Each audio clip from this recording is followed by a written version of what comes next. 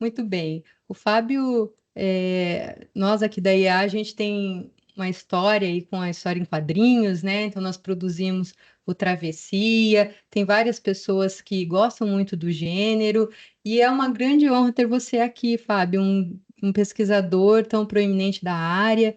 Estamos muito felizes com a sua participação. Então, para quem não sabe, né, o Fábio é professor da Universidade Federal de Pernambuco. Já compartilhamos seu currículo aqui no nosso chat essa semana. Também é roteirista, formado em Geografia, Pedagogia, mestre e doutor em Educação. Criou o projeto Eduquadrinhos, no qual você também divulgou a live de hoje, né? Então, que honra para nós também. E por meio desse projeto já publicou Identidade, Revolução Republicana, Independência do Brasil em Quadrinhos, e participou de O Josué, Crônicas da Fome, né? Falando um pouquinho da geografia da fome, a geografia está sempre ali também, né? Permeando José de Castro ali, né? Entre outros gibis. Também é autor dos livros teóricos Educação e Violência nas HQs de Batman e História em Quadrinho na Educação. Além de toda essa liderança, hoje, né, Fábio, você trabalha, está alocado no Ministério, da Educação, no MEC, trabalhando com projetos, e tenho certeza que a sua participação tem feito um grande diferencial para a história em quadrinhos na educação do país, porque nós já percebemos algumas mudanças, né, e falávamos sobre isso anteriormente, o quanto os documentos oficiais têm valorizado a história em quadrinhos. Muito obrigado pela tua presença. Vamos conversar bastante sobre a história em quadrinhos. Quero deixar aqui aberto também para as pessoas para usarem o chat, levantarem a mão, né? A ideia é que seja realmente um bate-papo e estão todos convidados a participar dessa conversa com o Fábio Paiva. Muito obrigada. Então, eu estava dizendo, né? Obrigado pelo convite, viu? Pela oportunidade de falar dos quadrinhos.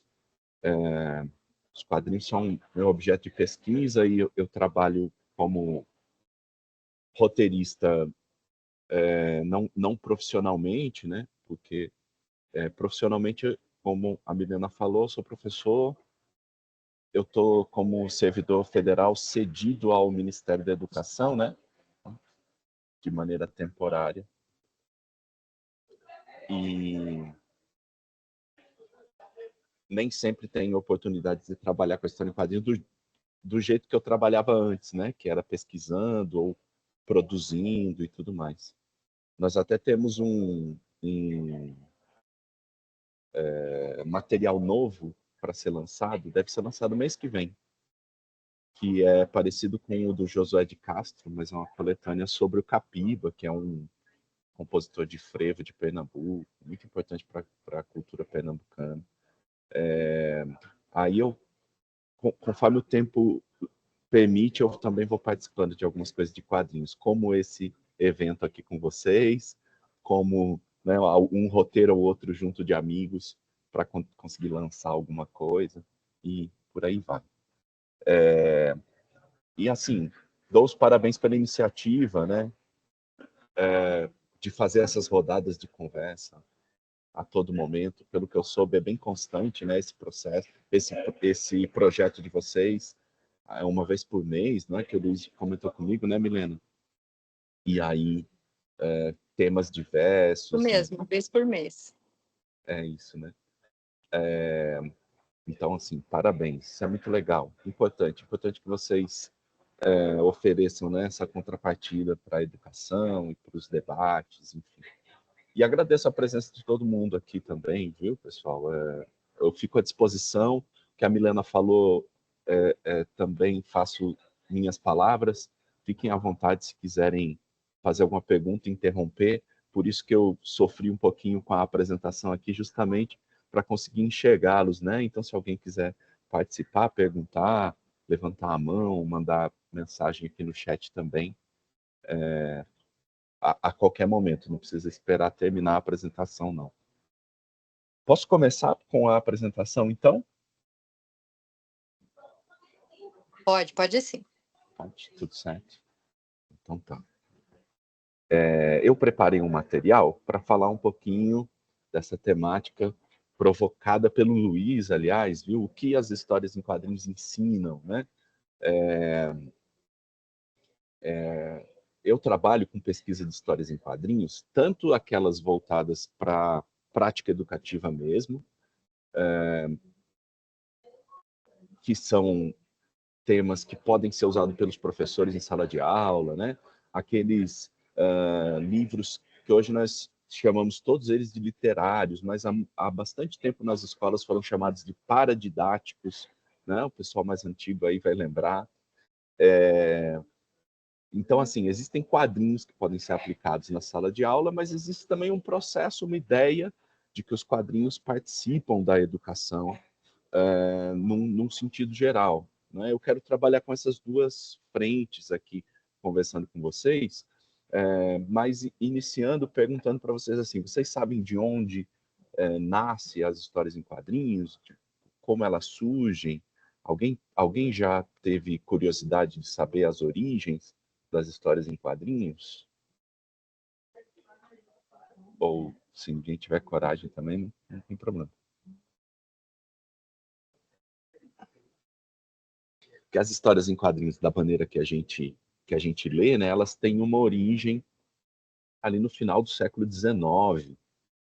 É um modelo, né, que vai se replicando e vira a ponto de ser tão utilizar as mesmas estruturas que é chamada de indústria cultural, né? Acaba fazendo parte da indústria cultural, meios de comunicação de massas, tiragens muito grandes, né, de alguns exemplares, histórias em quadrinhos aconteciam ali no começo do século XX, por exemplo. Então, as histórias em quadrinhos, do jeito que a gente conhece, elas realmente começam ali, final do século XIX, começo do século XX. Então, anos 1800 e alguma coisa, a gente já tem alguns registros. Talvez em algum material de literatura vocês encontrem alguém citando que foi encontrado uma história em quadrinhos, né, egípcia, né, enfim, século III. Veja, pode ser? Pode ser. Aí eu começo, né, com as imagens aqui, que pode ser que vocês ouçam falar que nós tínhamos histórias em quadrinhos nas cavernas, né, com os chamados homens das cavernas, lá, os nossos antepassados. Veja, existem elementos de quadrinhos nessas imagens? Existem. São imagens colocadas numa sequência para contar uma história. Mas dizer que as pinturas rupestres eram histórias em quadrinhos é exagero, né? Porque aí nós estaríamos falando, por exemplo, que as histórias em quadrinhos nasceram antes de nascer a linguagem, antes de nascer a escrita. E não é o caso, não é o caso. Mas é importante que a gente compreenda como essas imagens acompanham o desenvolvimento humano. Aí isso vai ser importante para nós compreendermos como é que as histórias em quadrinhos interagem aí nesse processo educacional, como eu disse, nessas duas frentes, né? Então, quando vocês virem o pessoal defendendo que as histórias em quadrinhos surgem nas cavernas, desconfiem, não é real. Né? As histórias em quadrinhos, como a gente conhece, elas surgem ali no final do século XIX, depois de muitos processos. Então, claro, aí, se a gente for lá para os hieroglifos, né, egípcios, se a gente for para colunas de Pompeia, tem muitos elementos na cultura, aquelas tapeçarias persas, né, chinesas também. Então, assim, tem muitos elementos na cultura que vão utilizar imagens para alguma narrativa, no período ali dizem que surge ali, eu não sou muito da história religiosa, mas a Via Crucis, né? Aquela via sacra, muitas igrejas têm, né? Que cada imagenzinha conta um pedaço daquele martírio de Jesus, né? Até a morte e ressurreição, que surge ali na Idade Média, um índice de analfabetismo muito grande, e precisavam que essa história fosse incorporada, né, na cultura das pessoas, então fazem ali, é uma grande história em quadrinhos, né? Toda igreja então vai ter ali, ou quase toda igreja, vai ter nas paredes ali uma sequência de imagens contando uma história muito conhecida, algumas com desenhos diferentes e tudo mais. Mas não são histórias em quadrinhos. Histórias em quadrinhos, né, remetem a outros elementos, Mas essa questão da imagem como sendo um elemento que surge lá como uma primeira linguagem, um primeiro modo de comunicação entre os seres humanos, né? É importante para a gente, para o nosso raciocínio aqui, tá? Essa imagem, por exemplo, que vem na sequência, traz uma ilustração do período imperial brasileiro, né? Vocês sabem que no Segundo Império teve um desenvolvimento da imprensa no Brasil e tal, os jornais começaram a desenvolver algumas matérias, por exemplo, com críticas, né? E se vocês pegarem, por exemplo, a história dos jornais, vocês vão ver que existe uma história, um esforço muito grande de uso de ilustrações, porque fotografia era muito caro no começo do século XX, né? Então você tinha poucas fotografias e muitas ilustrações. E é o que vai acontecer final do século XIX, começo do século XX, com os jornais aqui no Brasil. Nesse caso, se vocês derem uma olhada na imagem aí, vocês vão identificar que é uma charge, né? A charge, ela é um desenho que traz uma crítica política. Nesse caso, tem ali uma locomotiva que representa o progresso, até hoje, né, em algumas culturas, você tem a locomotiva como progresso, alguns usam esse termo, né, dizendo que tem um lugar ou outro que é a locomotiva do Brasil, alguma coisa assim, né, vocês já devem ter ouvido, como se, né, sinal de força, de desenvolvimento, e você tem ali figuras, né, todas bem vestidas, mas com cabeças de burro, colocando ali uma grande pedra na frente da locomotiva, né? Pois não, alguém tem um microfone ligado, não sei se alguém quer falar ou se... Acho que não, né? A Juliana colocou no chat ali se essa é do Ângelo Agostini.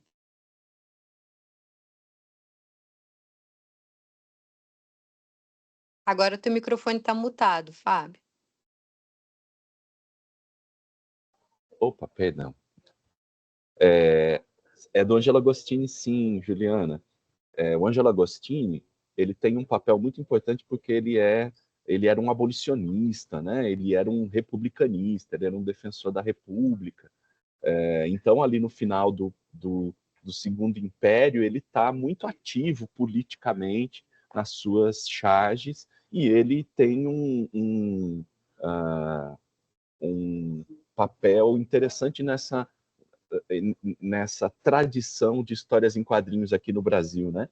Ele cria algumas histórias em quadrinhos ali num período em que realmente não era comum as histórias em quadrinhos circularem.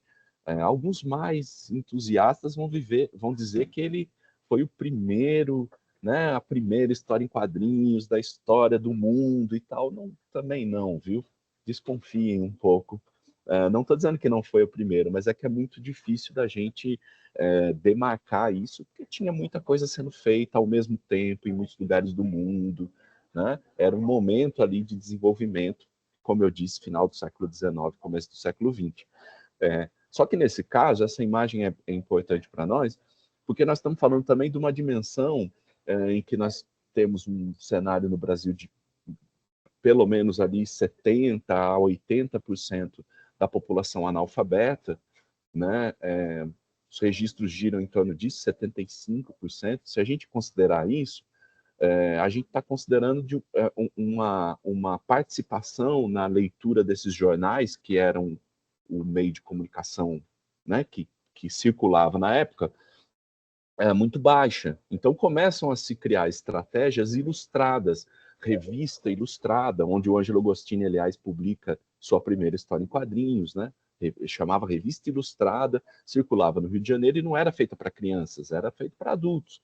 Era uma estratégia de utilizar as histórias em quadrinhos ou um conjunto de imagens para transmitir mensagens. Nesse caso, se vocês repararem dentro da locomotiva, tem duas mulheres e elas têm umas coroas, assim, parece aquela estátua da liberdade dos Estados Unidos. Não sei se vocês têm essa referência visual, né? Para o nosso caso aqui, elas são a República e a Liberdade. Então, são figuras femininas, né? A República ela é gravada como uma mulher em muitos documentos, né, da época. Então, quer dizer, a República traria a liberdade junto dela, comandando o progresso, mas você tem ali o pessoal criando barreiras, né, tarifas para a ferrovia, por exemplo, ou até impedindo a República de se consolidar. Quer dizer, então a charge política, que é muito comum, até hoje você tem grandes chargistas que fazem esse exercício que o Ângelo Agostini fazia.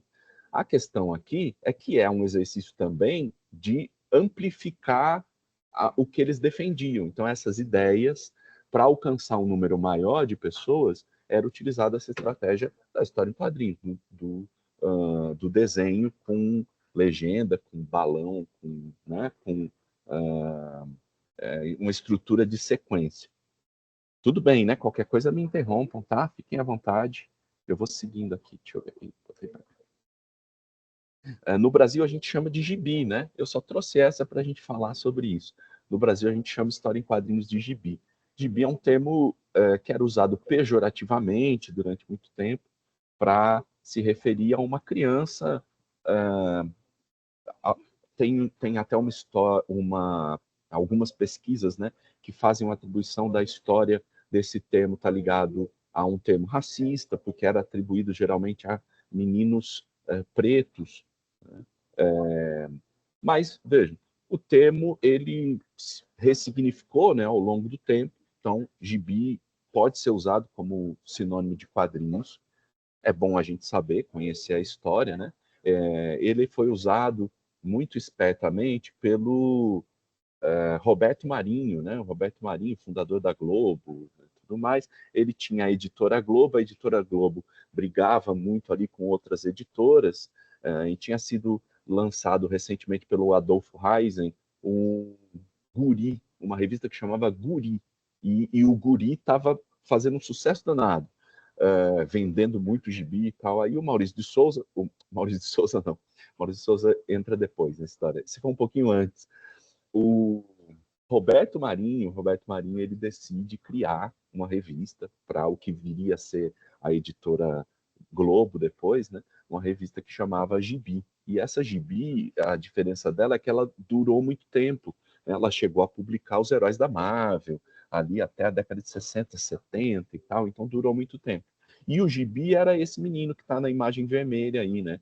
Era um menino que aparecia nas capas do gibi ali, da história em quadrinhos, servia como nome, mas não tinha necessariamente uma história em quadrinhos dele, até depois começaram a aparecer gente fazendo história em quadrinhos do gibi, mas ele não era um personagem como os outros. A ideia, inclusive, era trazer quadrinho de fora, né? Tarzan, o Mestre, esses quadrinhos que faziam sucesso fora, como acabou sendo os da Marvel também, como dentro das aventuras do gibi. Então, aí, gibi no Brasil é sinônimo de quadrinhos, assim como, né, em Portugal chamam de banda desenhada, né? Tem na França é bande dessinée, nos Estados Unidos é comics, né? E aí são origens dos nomes, origens históricas de cada lugar que viram apelido aí dos materiais, né? Agora, Fábio, eu sobre... só Pois queria não. voltar ali na questão do termo. Então, você entende hoje que o termo gibi ele não carrega mais essa questão pejorativa, racista que esteve lá na sua origem. Então, é comum, por exemplo, porque eu já percebi que nos documentos oficiais eles não citam gibis, eles sempre falam história em quadrinhos, né? Eles têm esse cuidado, entre aspas. Mas como que isso é visto do ponto de vista acadêmico? Eu sei que no senso comum a gente usa, né? Mas Uhum. do ponto de vista acadêmico, como que isso é encarado? Eu acho que não tem um consenso sobre isso, sabe? Para ter uma ideia, né, ali em 2016 eu estava defendendo o meu doutorado e um representante da banca disse, olha, você deveria tirar o termo gibi da sua tese, usar história em quadrinhos, porque você está tratando na academia tal. Então, tem uma relação de muitas pessoas que entendem também que é um termo menor, é um termo que deixa... Porque quando eu digo histórias em quadrinhos, né, eu estou tratando de um negócio muito grande, ele é muito abrangente. Gibi, no geral, acaba se referindo àquelas revistas menorzinhas, tipo as da Turma da Mônica, né? Eu não, eu gosto de usar gibi para tudo. Então, eu chamo de gibi e depois qualifico, né? Então, tem os gibis que são livros, né? Aqueles maiores. Tem os gibis que são graphic novels, né? Tem os gibis que são mangás, que são gibi do Japão. Né? Eu vou usando assim, mas nem todo mundo usa. Agora, se é um termo pejorativo ou não, eu acho que continua sendo um termo pejorativo quando a gente vai para a história dele. Então, se por um acaso alguém, na atualidade, chamar uma criança preta, né, de gibi hoje, então você já sabe a intenção dessa pessoa, ela está revivendo um termo, né? Agora, uma pessoa que chama a sua história em quadrinhos de gibi, ela não está usando um termo racista, né? Ela está, na verdade, usando já um termo ressignificado que virou um termo de um produto, né? O nome de um produto.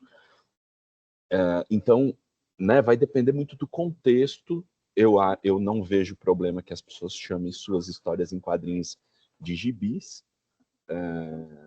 Acho que é um termo que tem ligação com a história do Brasil. É o jeito que a gente chama, né? É o jeito que a gente chama. Aí você até falou, né, Milena, o senso comum. E é isso, o senso comum carrega muita sabedoria quando você percebe que é como as pessoas tratam, e é até carinhoso, né? Mas, obviamente, que o termo carrega uma história que precisa ser lembrada e usado fora de contexto ali. É porque nós estamos vivendo um tempo que parece, né, que as pessoas fazem umas coisas, usam uma saudação e diz que foram tiradas de contexto, né?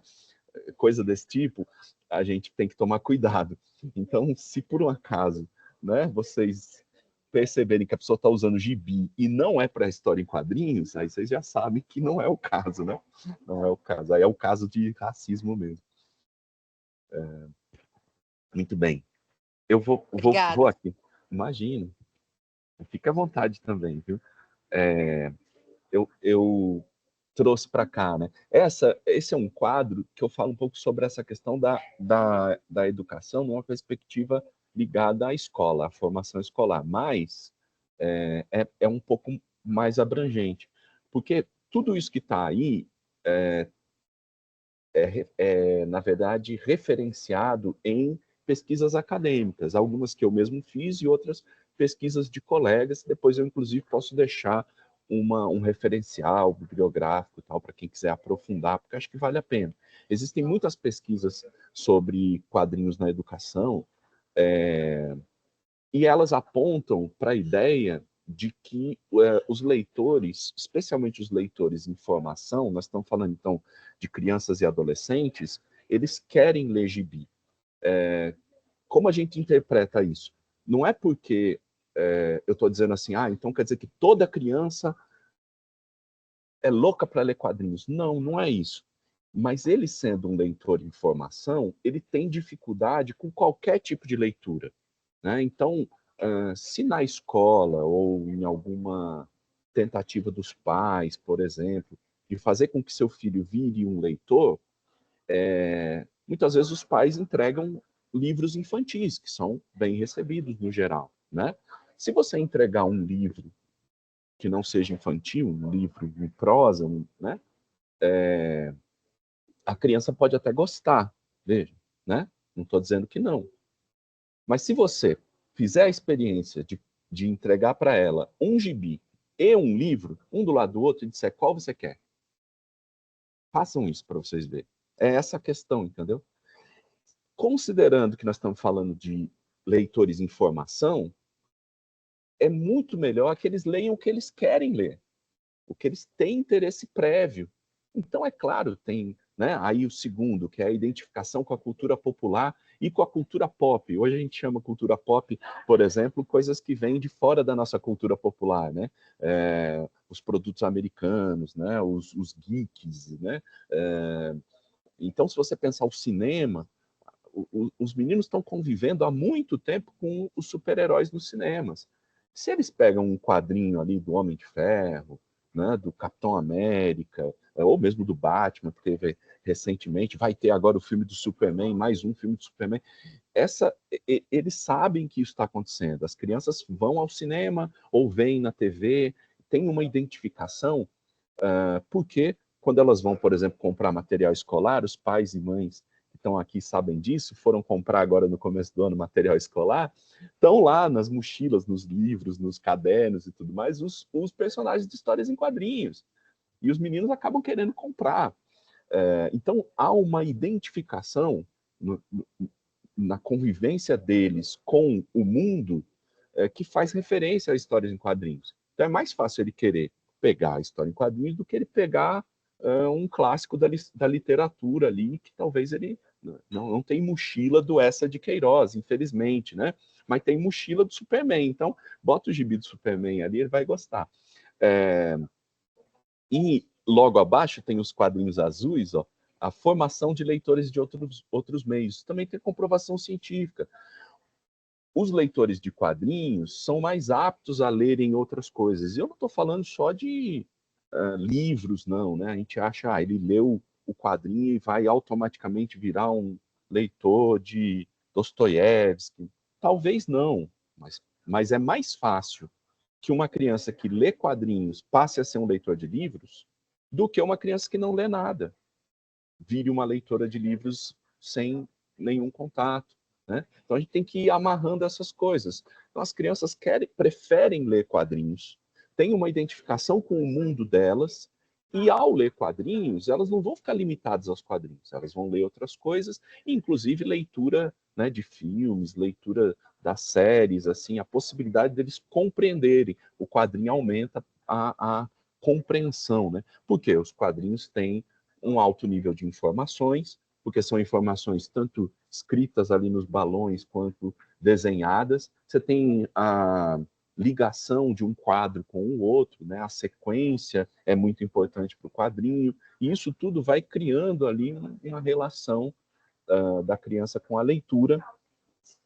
Temas divertidos. Eu vou trazer exemplos depois de quadrinhos que trabalham com temas diferentes, talvez trago como ilustração, mas até temas mais duros e mais sérios ficam mais fáceis de ser trabalhado com quadrinhos. Não que eles deixem de ser sérios, mas é que, claro, alivia ali quando você tem. Eu já mostro um exemplo a respeito disso, né?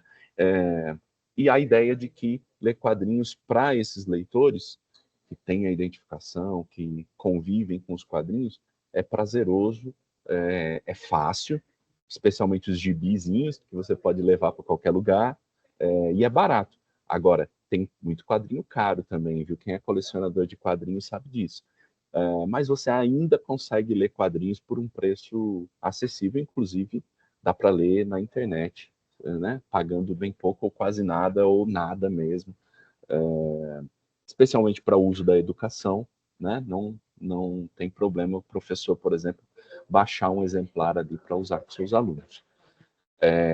A BNCC, né, a Base Nacional Curricular, ela recomenda o uso de quadrinhos em sala de aula em diferentes momentos.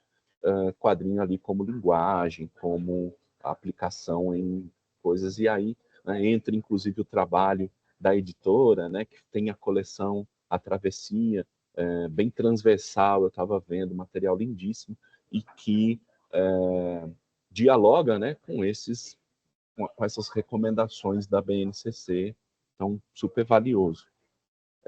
Além disso, a gente vê muitos Fábio, quadrinhos. Pois não. eu quero só fazer um comentário a respeito do que você trouxe, porque é muito importante que a gente entenda essa questão do quadrinho, não só como porta de entrada, mas na construção da competência leitora, desse leitor, durante toda a sua vida, na verdade, né? Mas quando você pergunta muito, é comum, você pergunta para as pessoas, como é que você se interessou pela leitura? várias vezes começa ali pelo quadrinho, né? Pela leitura de quadrinhos na infância, enfim. E aproveitando esse momento aqui contigo, eu gostaria de devolver essa pergunta para você. Foi essa a tua história? Começou também ali o seu interesse na infância com os quadrinhos? Foi, viu, Milena? Eu comecei a ler quadrinhos na alfabetização, né? Tem gente que foi alfabetizado com quadrinhos, né? Antes de dar alfabetização e tal. Quero até falar um pouco disso, que é essa relação com as imagens que eu provoquei, né? Que a gente tem essa relação com as imagens e que isso nos acompanha. Mas foi interessante, porque eu lia na infância, depois eu parei um pouco ali na minha pré-adolescência e voltei já adolescente ali para a juventude. Então, eu tive um intervalo na leitura, né? Depois, estudando um pouco, a gente vai entender que tem uma questão de mercado, né? Houve um tempo em que não tinha quadrinhos para todas as idades. Os adultos, por exemplo, né, não encontravam quadrinhos adultos. Você vai ter muito adulto lendo quadrinho de super-herói até hoje, né? Que é bem legal, inclusive, tem muita gente que gosta. Eu faz um tempo que não leio, mas não é quadrinho para adulto, né? O quadrinho de super-herói é feito ali, é infanto-juvenil, né? Então, você tem hoje quadrinhos para adultos. Acho que hoje tem um mercado mais desenvolvido, que acompanha isso tudo.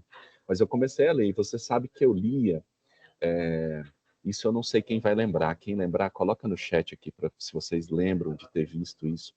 Mas eu lia a revista, as histórias em quadrinhos dos Trapalhões, tinha a história em quadrinhos do Faustão, e tinha história em quadrinhos do Leandro Leonardo, sabe a dupla sertaneja? Eu sou do interior de São Paulo, né? Não falei aqui, mas eu sou do interior de São Paulo. A minha família lá, o pessoal, né? A gente que é caipira, tem orgulho de ser caipira, gosta muito de música sertaneja. E aí, Leandro Leonardo, eu era criança e li o gibi do Leandro Leonardo.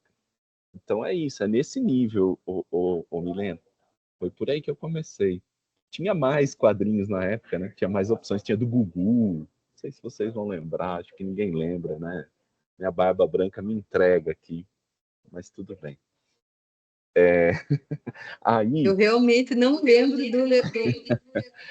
tem, do se Leandro vocês Leonardo. procurarem no Google, vocês vão ver só. E eu ia dizer também que. Não, mas tá certo. Deixa pra lá essa, tá bom. Depois eu falo. O Mas Marcelo tá tem. lembrando do Zé Carioca, ele lembrou aqui. Ah, o Zé Carioca. Zé Carioca, hein? Se você, Marcelo, procurar a história do Zé Carioca, por que que ele foi criado, você vai ter uma surpresa muito grande, que você já não sabe, né? É muito interessante, mas não vou falar não, é bom para vocês pesquisarem também depois aqui da conversa. Deixa eu ver aqui, quem que mandou? O Maxina mandou uma imagem aqui.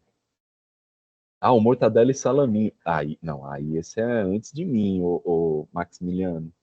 Você é um pouquinho mais velho que eu acho. Ou você leu Coisa do Sebo, que você comprou já usada. Esse aí era antes do gibi do Leandro Leonardo, eu acho. Esse não é da minha época, não. Ah lá, Biblioteca Pública do... Ah, então eu acho que não é pela idade, não, que você lia, porque estava lá na biblioteca, né? Então tá bom. Deixa eu passar aqui, ó, que é os quadrinhos do Enem, né? É, eu vou recuperar, viu, essa questão aqui, já, a amarração aqui, viu, gente? Mas tem uma questão interessante que é esse uso de quadrinhos nas provas. Acontece em muitos concursos, né? É utilizado em muitas situações. O Enem, ele tem uma frequência. Tem um amigo nosso, que é o professor Amaro Braga, que é professor da Federal de Alagoas, e é um dos grandes pesquisadores de histórias em quadrinhos no Brasil. Ele é um dos professores que faz questão para o Enem, né? Tem um nome específico, agora não me lembro. Elaborador de questão. Então, né? E ele diz assim, todas as questões que eu faço com quadrinhos. Só que o Enem, vocês sabem, tem um sorteio de questões, não é assim, né? E é feito com todo rigor, justamente para não vai ter uma prova toda de questões de uma única pessoa e assim por diante. Mas tem professores, então, que produzem questões utilizando quadrinhos.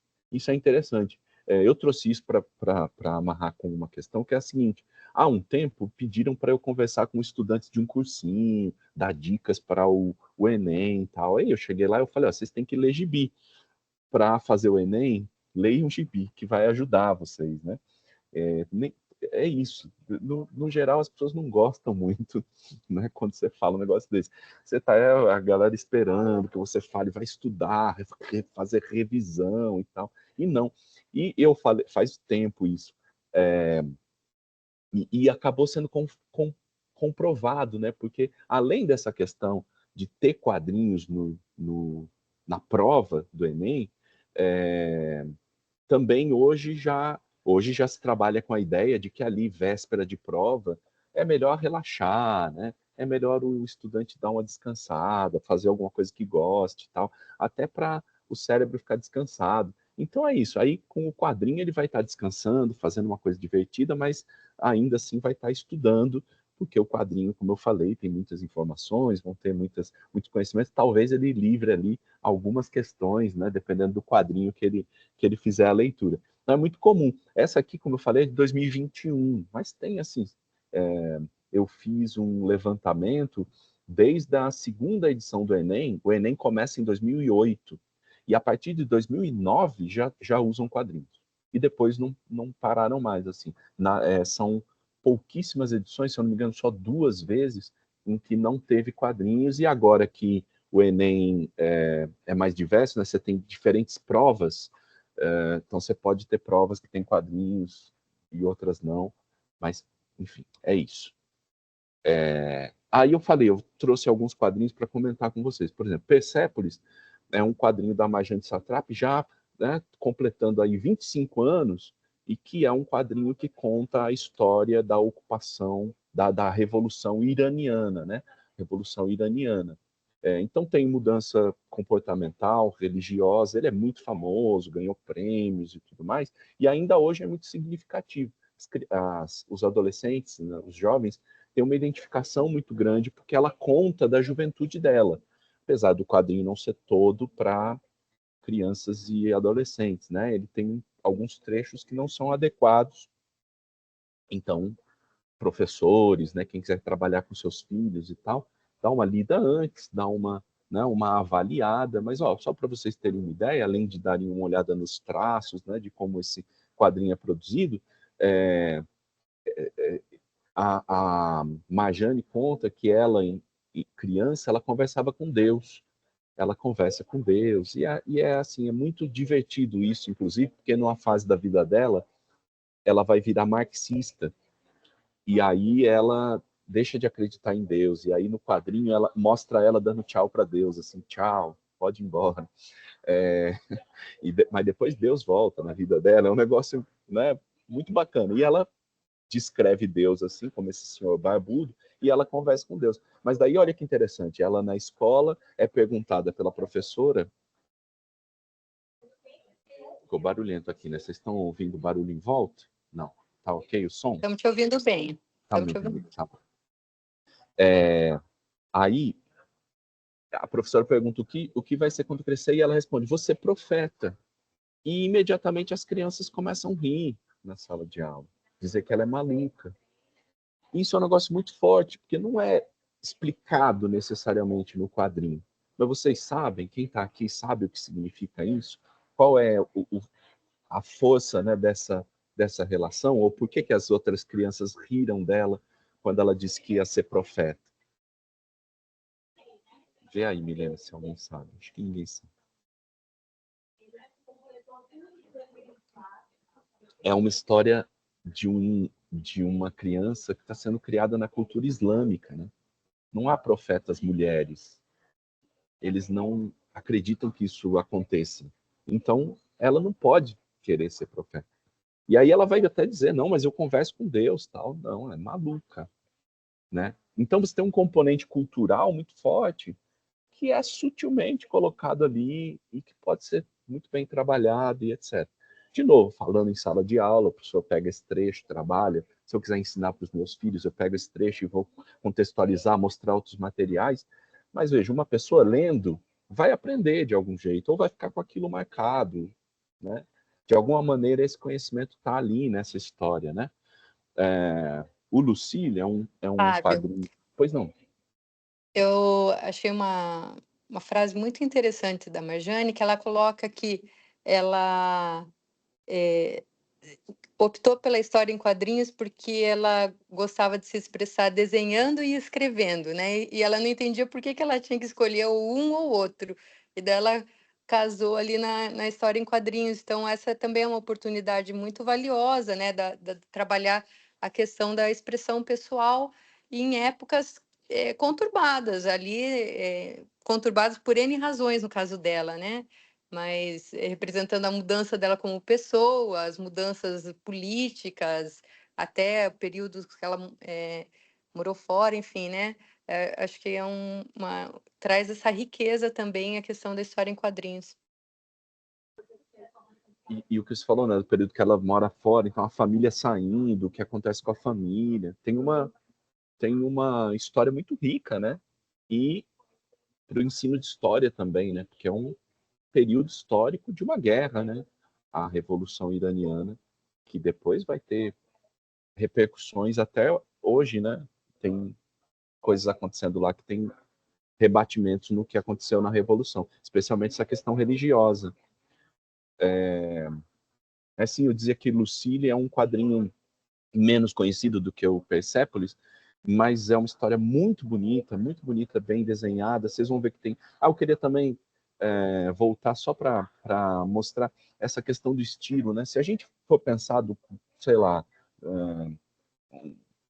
pensar nos quadrinhos de super-heróis, por exemplo, atuais, né? Que você tem alguém faz o argumento, daí outra pessoa faz o roteiro, outra pessoa faz a arte inicial, outra pessoa faz a arte final, outra pessoa faz a coloração. É uma linha de produção, né? E aí você tem quadrinhos assim, alguns com estilo realista, né? Porque tem que mostrar ali todas as veias do músculo do Hulk, né? Coisas desse tipo. Então, e tudo bem, esse é um estilo. Aí você tem em contrapartida o quadrinho, como a Helena falou, todo feito pela única autora que fez roteiro, pesquisa, contou a história dela e fez os desenhos, e num traço muito simples, quase infantil, né? Mas volto a dizer, não é um quadrinho infantil, apesar de ter uma simplicidade tão grande no traço, que fica lindíssimo, aliás, porque daí você tem, né, uma expressão única ali de desenho, né, artística, mas bem simples. E Lucille segue o mesmo modelo, inclusive sem sarjetas, né, sem separação entre um quadrinho e outro, com os balões, nesse caso são recordatórios, veja, primeiro escritos em letra cursiva, né, que a gente chama, segundo, assim, soltos, não tem... Né, então, tem uma fluidez. Se vocês perceberem, ó, tem um vento entrando pela janela, o gatinho deitado ali perto dela, e eles brincando na água, no quadrinho de baixo, e dá para ver as ondas, dá para perceber a água se movimentando. Então, assim, uma riqueza de movimento, de detalhes, só que num traço extremamente simples, também sem cores, né? E por aí vai, mas com um tema fortíssimo, né? Lucille fala de uma menina que é anoréxica, né? E a Lucille, né? E ela, ao desenrolar da história, começa a se relacionar com um menino que é suicida, tem tendências suicidas, e essa é a história. Então imaginem, né? E aí o desenho mostra, né? Vocês estão vendo que esse segundo quadro mostra bem ela, o quanto ela tá magra, e aí não come.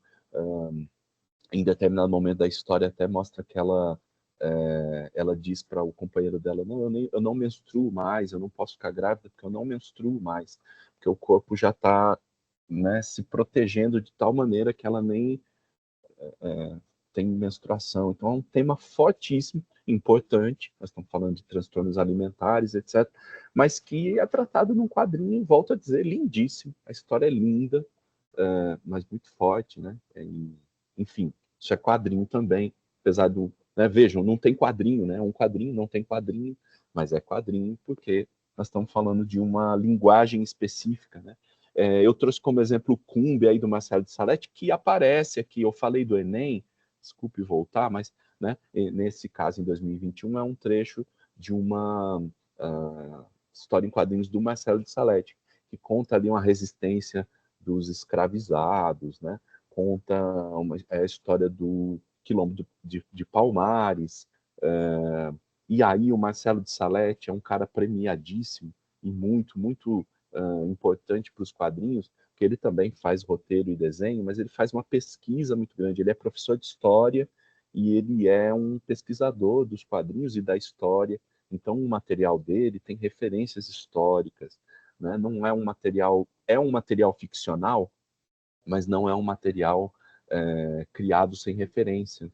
Então, é um material muito, muito importante, como eu disse, premiadíssimo. Ganhou o prêmio Eisner, o Cumbi, em 2019, se eu não me engano, que é considerado o Oscar dos quadrinhos, né? A gente comemorou com o Oscar recentemente, mas tem os Oscars, né, espalhados por aí. Nos quadrinhos, o Oscar é o Eisner. Então, quem ganha o Eisner é equivalente a ganhar um Oscar. E ele ganhou, né? Assim, então demonstra a importância desse trabalho. Ele foi adotado por algumas redes escolares, então é um material também bastante circulado do brasileiro. Eu coloquei só para fazer a referência, como eu disse, do Enem, né, já que ele aparecia lá. E só por último desses exemplos de quadrinhos diferentes, o Pílulas Azuis. Não sei quem já ouviu falar dele, ele também já tem 10 anos, mas o Pílulas Azuis é uma das histórias do Frederick Peters, que é um quadrinista também muito premiado e muito bom. E o Pílulas Azuis conta a história da relação dele com a esposa, ele conta conhecendo, namorando e tudo mais. E essa esposa, né, antes namorada, ela tem um filho e tanto ela quanto o filho têm HIV positivo, né? E aí ele vai contar como é a relação com uma pessoa com HIV positivo.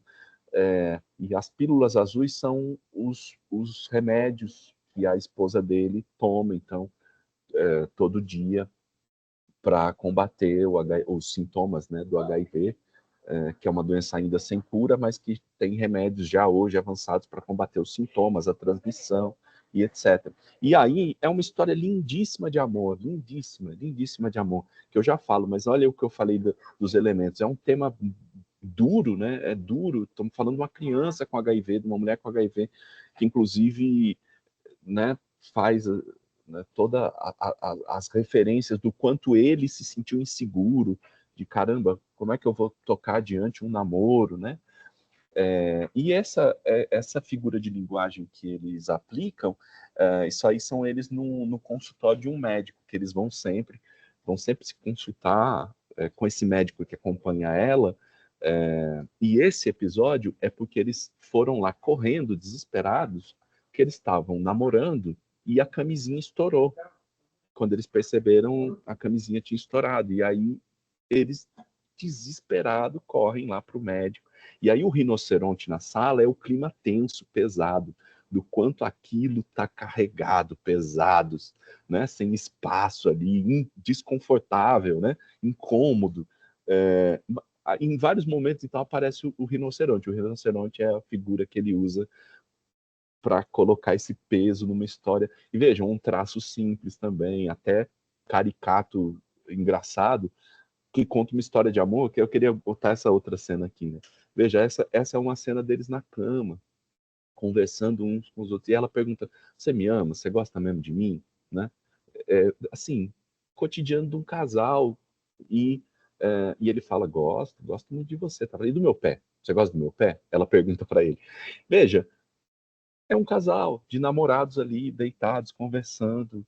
História de amor como eu disse, lindíssima, e com muito conhecimento a respeito desse tema.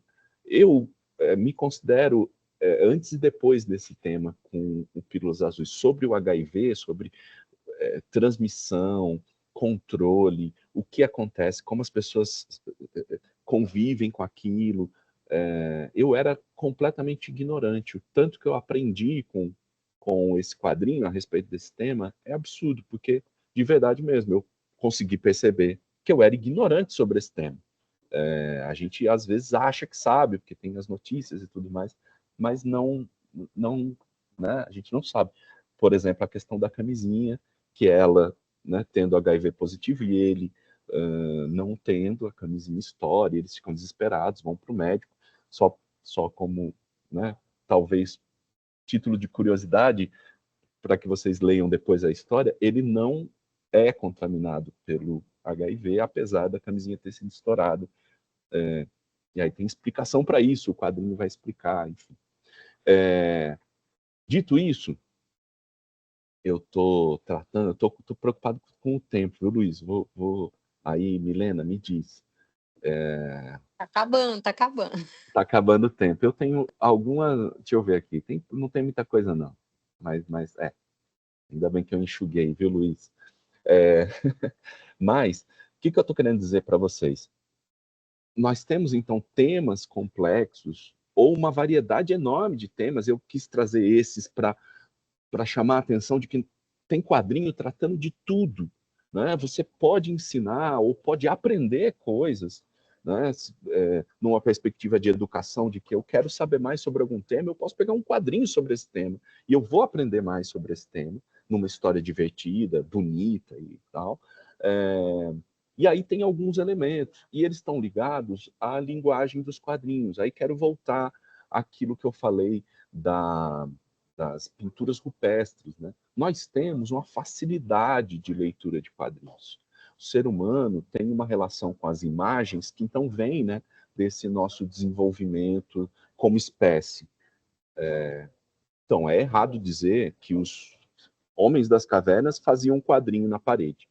É errado. Mas não é errado dizer que hoje a nossa facilidade em ler imagens tem ligação com esse início de comunicação com as imagens. E que foi, como eu mostrei também, né, com as imagens históricas, foi usado ao longo da história da humanidade. Então, na Segunda Guerra Mundial, o Will Eisner, né, que é o que dá o nome ao prêmio que o Marcelo de Salete ganhou, que é um dos grandes quadrinistas da história, ele criava cartilhas para os soldados americanos aprenderem a montar e desmontar as armas em quadrinhos, porque tinha muito soldado analfabeto, e aí ele vendo onde encaixava nos desenhos. A Revolução Popular da China, né, da década de 50, 60, ela cria também livros em quadrinhos para distribuir à população, porque mesma coisa, você tem um número muito grande de analfabetos. E aí, quando eu digo analfabetos, é importante a gente compreender esse termo. A gente usa o termo analfabeto para aquele que não domina o alfabeto, né? Que não domina a escrita e a leitura. Só que a gente usa esse termo de maneira tímida, né? Porque a gente usa ele só para a escrita do alfabeto e a leitura do alfabeto. Né? Então, veja, apenas conhecer os símbolos, que é o caso, né, que a gente trata do alfabetizado, o alfabetizado ele lê e ele escreve com alguns símbolos, que são as letras, né? Mas se eu entregar um texto, por exemplo, em alemão, utilizando as mesmas letras que a gente utiliza no português, eu não vou compreender, né? Eu não consigo compreender, a não ser que eu compreenda o alemão. O que eu quero dizer é que não são símbolos necessariamente, mas você tem todo um elemento cultural que vai ser tratado, né, no letramento, né, na alfabetização, e que vão dar sentido àqueles símbolos, certo? Então, alfabetizado é aquele que sabe escrever e ler o alfabeto em português. Esse é o termo que a gente usa. Mas existem pessoas, então, que elas não são alfabetizadas e elas não vão conseguir ler, por exemplo, nessa imagem que vocês estão vendo, o título da história, o que está dentro dos balões, esse é um elemento da imagem, um elemento da história em quadrinhos. Mas essas pessoas conseguem ler os outros elementos. Então, mesmo pessoas não alfabetizadas, pela nossa facilidade de leitura de imagens, conseguem compreender o que está acontecendo ali. Elas podem não entender as nuances, porque tem uma piada, né? O autor fez ali uma tirinha satírica, cômica, né? E ele faz uma brincadeira com a palavra batida, com o soco e tal. Isso vocês já perceberam. As pessoas vão entender que está saindo uma mão de dentro do copo e dando um soco no cara, né? As pessoas podem talvez relacionar isso com o álcool, né? Com algum outro elemento, mas elas vão fazer uma leitura. As pessoas conseguem fazer a leitura dessas imagens, ainda que elas não sejam alfabetizadas, né? Ou ainda que elas não consigam ler os balões, como eu disse. Então, a alfabetização de quadrinhos, ela vai além da alfabetização da, né, convencional. Então, esse exemplo, né, são 3 quadrinhos aí, eu coloquei, são 3 quadrinhos, aliás, que não tem quadrinhos, como lá o Duelo do Cile, que eu já mostrei, mas para a gente compreender também que todo mundo começou a ler, tenho certeza, no primeiro quadrinho aqui da esquerda do alto. Não é mesmo? Porque é isso que a gente faz. Para nós, está familiarizado. Nós temos então, uma familiaridade com a estrutura toda utilizada nos quadrinhos. Eu não preciso colocar, esse aqui é o quadrinho 1, você começa por aqui. Esse é o 2 tal. Eu só faço isso se eu tiver invertido a ordem. Se eu quiser que o leitor comece por baixo, eu boto um aviso. Comece lendo aqui de baixo, né? Mas, no geral, a gente já sabe. Então, a gente segue uma sequência de leitura que é natural de leitura, esquerda para direita, pelo menos no Ocidente, né? Esquerda para direita, de cima para baixo, e a gente lê, mesmo que não tenha divisão de quadrinhos, né? Então, tem história em quadrinhos, sem quadrinhos, porque isso faz parte da linguagem dos quadrinhos. Onomatopeias, as próprias imagens, os balões, a sequência de quadros, isso tudo está dentro de uma dinâmica de linguagem dos quadrinhos, né? Daqueles quadrinhos, como eu falei, surgem lá no final do século XIX. E aqui tem uma história em quadrinhos. Essa eu queria desafiar vocês de, pelo menos, olharem um pouquinho e me dizerem o que é que vocês acham que está acontecendo nessa história em quadrinhos. Eu vou falando um pouquinho sobre ela. Ela é um recorte da pesquisa da professora Marta Regina, lá da Unicamp, né, da Universidade de Campinas. Ela fez o doutorado dela, né, com crianças ali pré-alfabetização. Então, essa história foi desenhada pelo Felipe. Ele tem 5 anos de idade, e no momento em que ele fez, ele tinha 5 anos de idade. E o Felipe, ele escreveu umas letras ali, mas vocês percebem, o Felipe não é alfabetizado. Ele sabe desenhar algumas letras, mas ele não escreveu uma palavra. E ele fez uma história em quadrinho. O que vocês acham que o Felipe contou aí pra gente? Alguém tem um palpite? Preciso dizer para vocês que o Felipe é Eu, muito inteligente. Diz, olha, Giovana. eu acho que pra mim parece tipo a mãe dele chamando, tipo eles assim pra alguma coisa, daí eles estão correndo e ali ele abraça ela assim. Pra mim me remete a uma mãe assim, né? Pra mim Boa parece isso leitura. assim. Eu até Boa tentei leitura. ficar entender ali se estava escrito algo, porque é assim, é um monte de letras ali, mas pra mim se fosse uma palavra, parecia ela falando alguma coisa, tipo, chamando eles assim, Boa. gritando de longe. É o balão, né? Não é? É isso, aham. Boa. Boa leitura. Alguém tem mais algum palpite? A Lorena levantou a mão.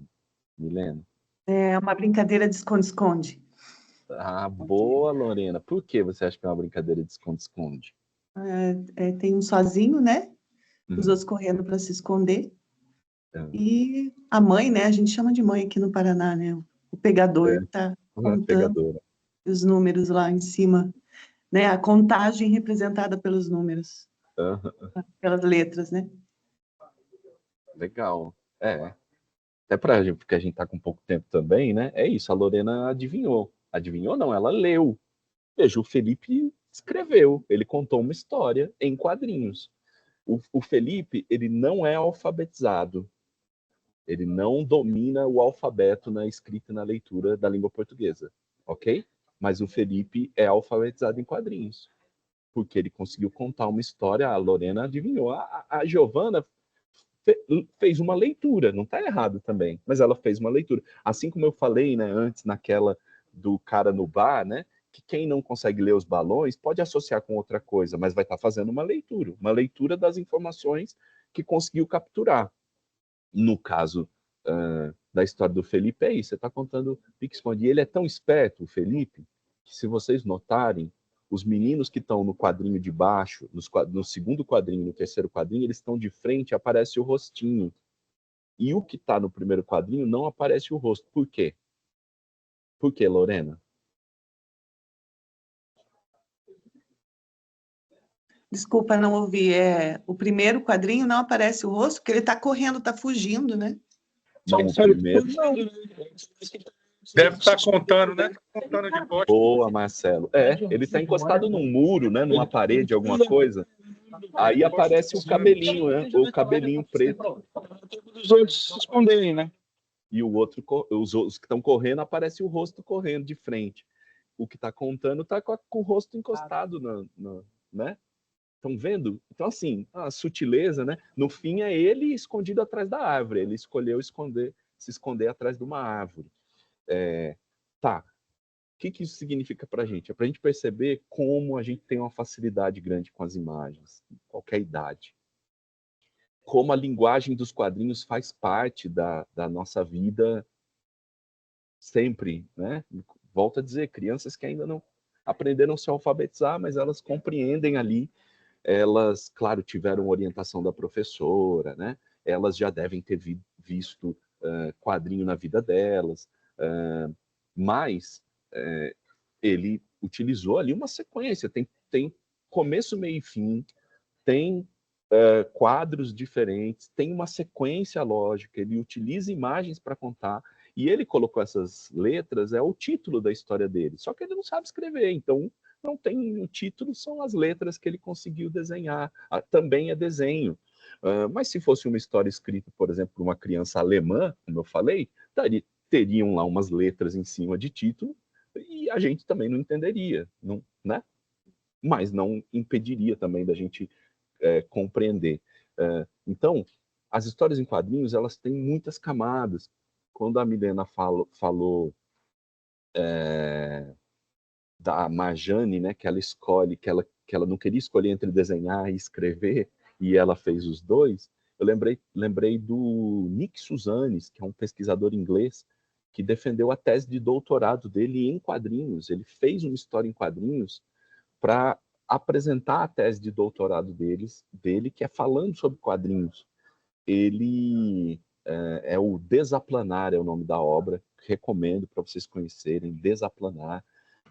Em determinado momento ele diz assim, olha, na academia a gente escreve, né, o texto acadêmico, mas o texto acadêmico não dá conta de todas as dimensões. O quadrinho dá conta de mais dimensões. Né? Ele usa um exemplo que é sensacional, eu acho muito criativo, que é de um cachorro. Né? O cachorro ele consegue cheirar, por exemplo, alguém que esteve onde a gente está uma semana antes. Né? Para aquele cachorro, então, que está naquele momento sentindo o cheiro da pessoa que teve uma semana antes, aquela pessoa ainda está ali de alguma maneira.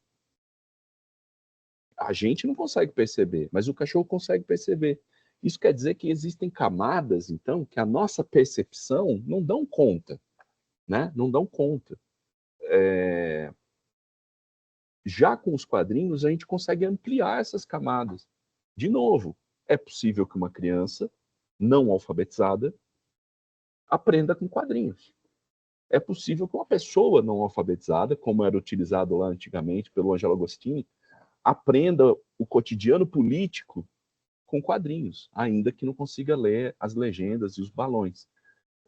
Então existe uma possibilidade muito grande. Com isso, o quadrinho ele fica mais complexo, porque a gente sempre fala disso, né? Quadrinho é a leitura da imagem junto da palavra. E olha, eu mostrei para vocês, tem quadrinho que tem quadro, tem quadrinho que não tem quadro, tem quadrinho que o balão é de um jeito, tem quadrinho que o balão é de outro, tem quadrinho que tem muitas cores, outros não tem, né? Na linguagem dos quadrinhos você tem muitas possibilidades. E aí a pessoa vai ler o quadrinho em si, tem um buraco no meio, que é a sarjeta, que tem história ali no meio também, viu? Não pense que não. Porque entre um quadrinho e outro, quem preenche ali o que acontece no meio é a imaginação de quem está lendo. Né? A pessoa vai ler os balões, vai ler o recordatório, vai saber o que está acontecendo no passado, o que está acontecendo no futuro. Então, é uma leitura extremamente complexa. Mas aí é a questão. Se é uma leitura extremamente complexa, como é que as crianças conseguem ler com uma facilidade tão grande? Isso porque, volto a dizer, né, o quadrinho ele conversa com algo que é muito simples para o ser humano, que é a identificação de imagens contando uma história, que começa lá nas cavernas, como eu mostrei no começo. Então, o quadrinho vai ter uma leitura extremamente complexa, com um número muito grande de camadas e de possibilidades, e ao mesmo tempo vai ser uma leitura das mais fáceis possíveis, porque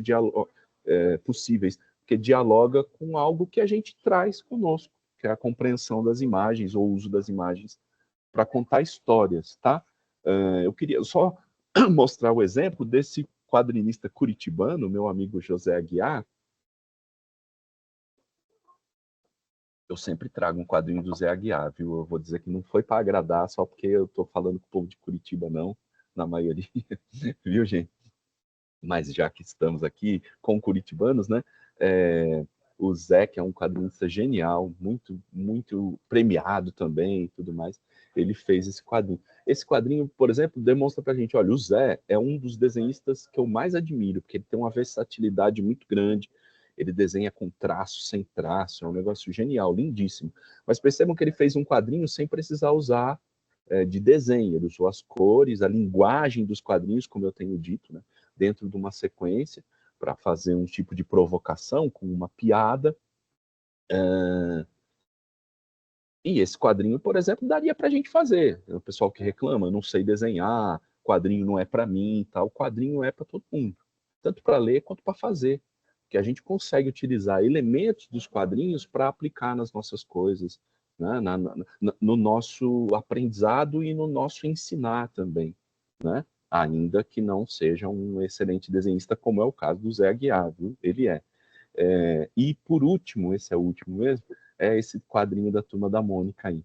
Quando vocês leem, eu vou explicando que é só para dizer o seguinte, às vezes a gente também fica correndo atrás lá do Cumbi, do Marcelo de Salete, que é um quadrinho grandão, às vezes é caro, e porque eu quero levar para os meus alunos, porque eu quero, né, que, sei lá, meus filhos leiam esse e tudo mais, tudo bem, legal, importante. Mas se eu fizer uma curadoria bacana, se eu procurar, né, com cuidado, mesmo na internet, eu vou encontrar quadrinhos que são bacanas para serem aplicados e ensinar coisas interessantes, como é o caso desse, né? O Seu Cebola, que é o pai do Cebolinha, ele sempre aparece como aquele que ajuda a mãe do Cebolinha, né? A dona Cebola, que cuida da Maria Cebola, né? A irmãzinha do Cebolinha. Ele é um cara participativo ali nas tarefas de casa. E aí essa historinha brinca com isso, né? O Cebolinha tem um ótimo exemplo em casa, e por isso ele está ali brincando de casinha com a Mônica, varrendo, né? Cuidando do Sansão, né? Apesar de não ser tão comum, geralmente ele está tentando fazer um plano infalível para pegar o Sansão, mas nesse caso ele está cuidando.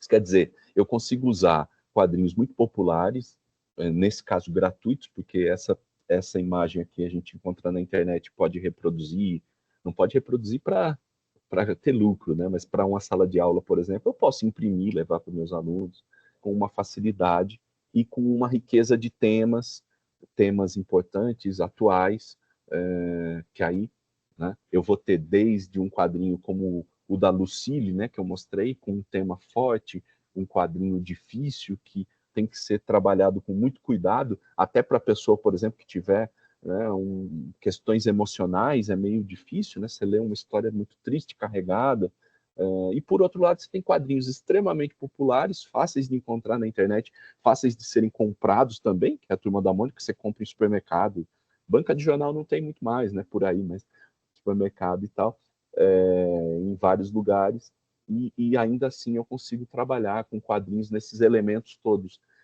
seja com um tema específico, né, ensinando para educação ligada a algum assunto, ou para tratar dos quadrinhos como educação num sentido geral, né, a ideia de que ao ler quadrinhos eu estou me educando, eu estou fazendo um exercício de educação, ajudando ali a minha mente, descansando às vezes, e assim por diante. Tá bom, gente? É isso, ufa, né? Foi bastante.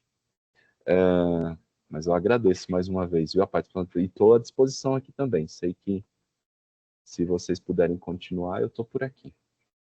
Fábio, quero agradecer mais uma vez, né, a tua presença aqui, o quanto você enriqueceu esse momento aqui com a tua fala, e realmente é um tema que para nós está muito ligado ao dia a dia aqui da editora, né, nas produções. Como você conheceu, a gente tem aí o Travessia, que saiu do forno com 80 fascículos, quer dizer, uma coleção enorme. Gente, Logo, logo a gente já tem mais um lançamento em quadrinhos, que é Uma Nuvem no Seu Oliveira, uma história fantástica. Depois quero também divulgar com você aí para você conhecer também mais esse trabalho.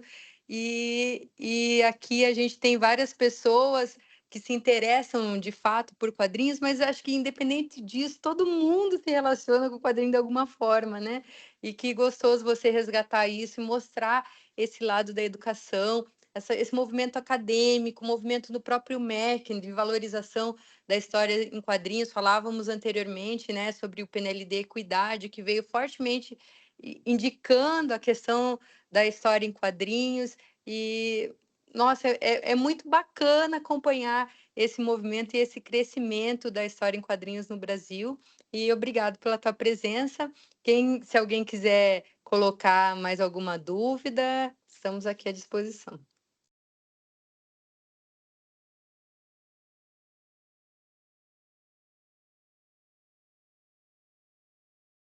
O pessoal está agradecendo, não sei se está vendo o chat, né? O pessoal está agradecendo a tua presença.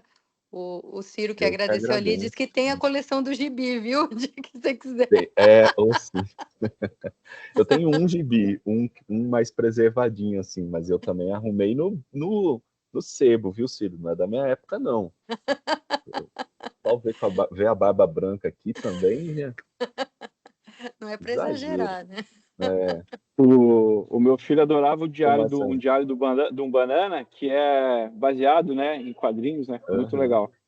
Que é toda a coleção e presente para ele durante o período dos natais, aniversário e tal, era só livro. Ganhou a coleção inteira Que e legal. adorava. Virou uma febre uma época, né, Marcelo? O Diário do Banana saiu um monte, um atrás do outro, porque a Virou. molecada gostou muito. É legal mesmo. Batia um novo na livraria, já tinha que passar no caixa, porque ele já... Para levar para casa. Muito legal É isso mesmo. aí. Gostei bastante. E para mim, né, que estou tendo esse contato, por exemplo, agora na IA, com esse novo projeto Travessia, né, é muito interessante também ter esse reforço, né, já estou bolando muita argumentação aqui para o Travessia em relação a tudo que você falou aí. Legal. Que Obrigado. bacana. Travessia, ó, tá vendo? Vai sair mais 80 agora, Milena. Pois é, você viu?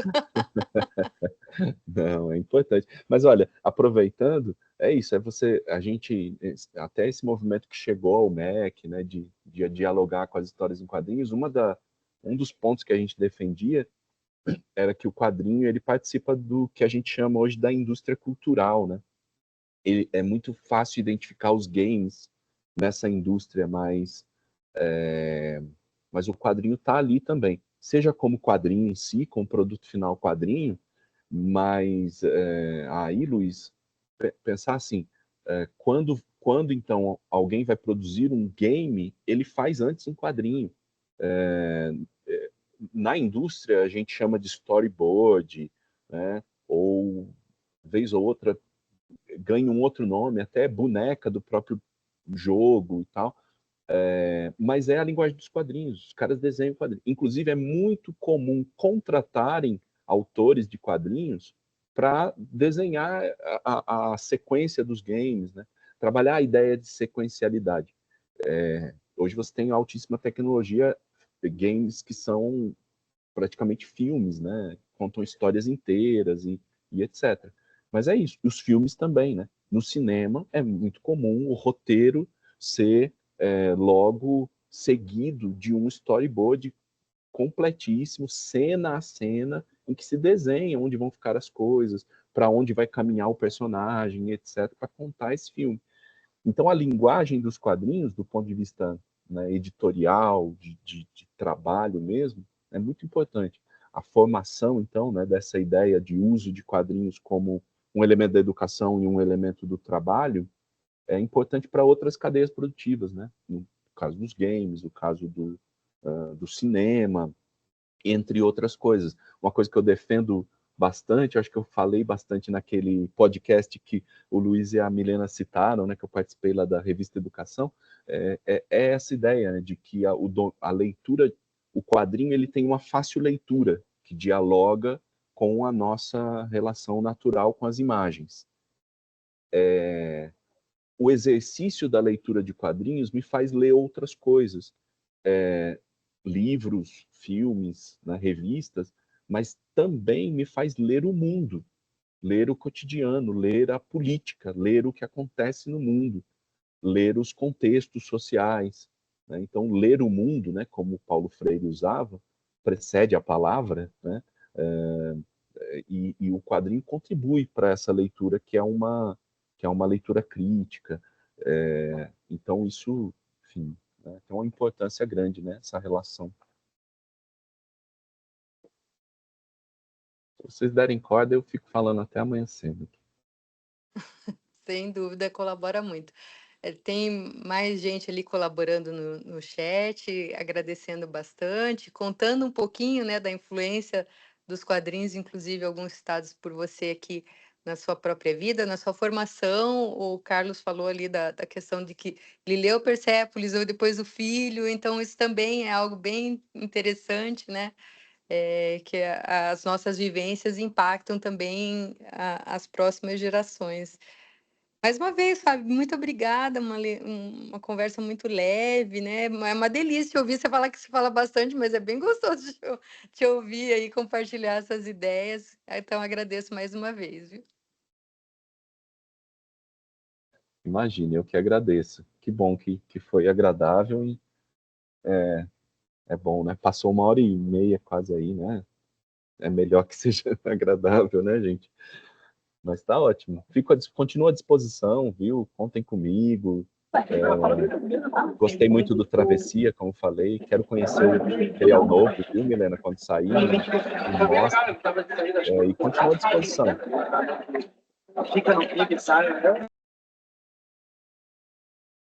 Então, tá bom. Obrigada, Fábio.